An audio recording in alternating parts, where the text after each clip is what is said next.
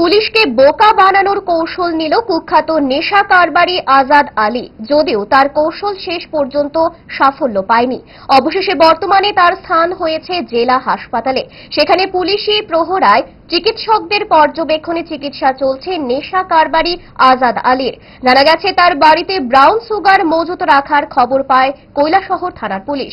আজ পুলিশ তার বাড়িতে তল্লাশি চালায়। তল্লাশি চালিয়ে উদ্ধার করে নেশার মজুত। ঘরে থাকা নেশা কারবারি আজাদ আলী পুলিশের হাত থেকে নিস্তার পেতে আত্মঘাতী হওয়ার চেষ্টা করে।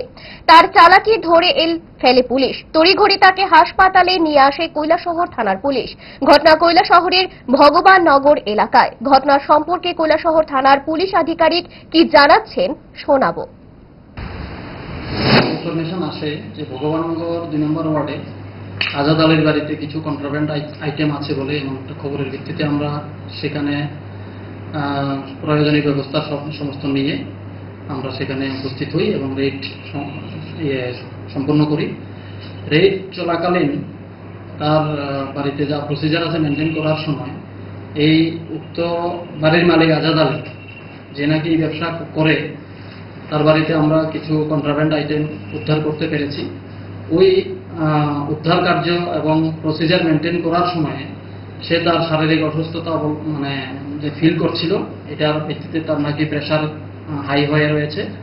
সেজন্য সে প্রতিনিয়ত প্রেশারের ওষুধ খায় এবং আমাদের কাছে রিকোয়েস্ট করেছে যে একটা প্রেশারের ওষুধ খাবে বলে। যথারীতি আমরা ওকে চান্স দিয়েছি। আমাদের সিকিউরিটিও ছিল ঘরের মধ্যেই সবকিছু। ওই সময়ে সে প্রেশারের ওষুধের সঙ্গে অন্য কিছু একটা খেয়েছে, যেটা ওর শরীরে বিষক্রিয়া শুরু হয়েছে। ওর অসুস্থতা আমরা উপলব্ধি করতে পেরে সঙ্গে সঙ্গে আমরা ওকে ঊনকোটি ডিস্ট্রিক্ট হসপিটালে নিয়ে আসি এবং সেখানে ডাক্তারবাবু যিনি কর্তব্যরত ছিলেন উনি প্রয়োজনীয় ট্রিটমেন্ট করছেন। ওনাকে ভমিটিং করিয়েছেন, যা বোঝা গেছে বিষক্রিয়ার জাতীয় কোনো কিছু প্রয়োজনীয় কোনো কিছু খেয়েছে বলেই আমার কাছে মনে হচ্ছে, যেটা এখন তদন্তের ব্যাপার। প্রিজার্ভেশন সমস্ত ওনারা ডাক্তারবাবুরা করেছেন। এগুলি আমরা প্রয়োজনীয় পরীক্ষার জন্য আমরা প্রয়োজনে এফএসএল পাঠাবো। এই সমস্ত করার কারণ কি?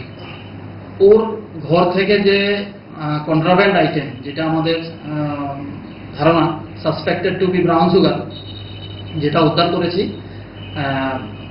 প্রায় 90টা কোটা আমরা তার ঘর থেকে উদ্ধার করতে পেরেছি।